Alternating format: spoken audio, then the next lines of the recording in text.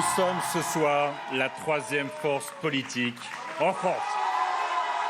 C'est l'une des explications du succès des écologistes aux européennes. Le vote des jeunes.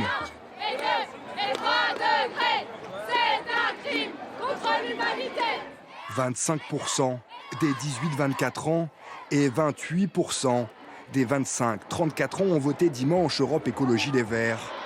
Derrière, le Rassemblement national et la République en marche ne dépassent pas les 20% dans cette catégorie d'âge. Ce n'est pas une nouveauté, le vote écologiste a toujours été marqué plutôt par les jeunes, mais ça s'inscrit dans un contexte où on voit bien que la préoccupation environnementale devient un enjeu majeur et où il y a une mobilisation en France et en Europe d'une partie de la jeunesse qui a bien intégré que c'était son problème à elle pour les années à venir. Lors de la présidentielle de 2017, c'est Jean-Luc Mélenchon qui avait attiré le plus les jeunes. Cette fois, la dynamique environnementale a poussé les jeunes vers le parti écolo.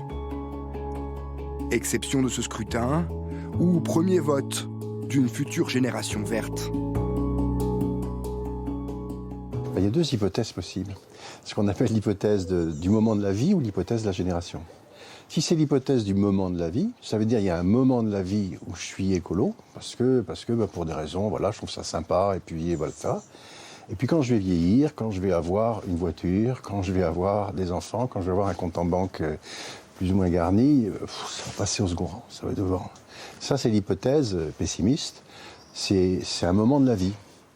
L'hypothèse optimiste pour l'écologie, c'est génération. C'est-à-dire que voilà une génération qui est frappée par l'histoire du réchauffement climatique, et puis ils vont vieillir, mais ils auront toujours ça en tête. Et donc, au fond, la génération suivante va, au fond, être dans les mêmes conditions, et ça va se propager petit à petit. Et ça veut dire que dans son ensemble, petit à petit, la société va être davantage consciente du problème des réchauffements climatiques, et peut-être, si les écolos les convainquent, va faire progresser l'écologie politique. Si dimanche, le taux de participation des jeunes a augmenté de 12% par rapport aux élections européennes de 2014, cette catégorie d'âge est toujours celle qui s'abstient le plus, 10% de moins que la moyenne nationale. Oui, il ne faut pas inverser les choses. Les jeunes se sont massivement abstenus. En termes de sociologie de l'abstention, on est dans un très grand classicisme. Ce sont d'abord les plus âgés qui sont allés voter et massivement les plus jeunes qui sont restés chez eux. Les retraités se sont déplacés en nombre dimanche.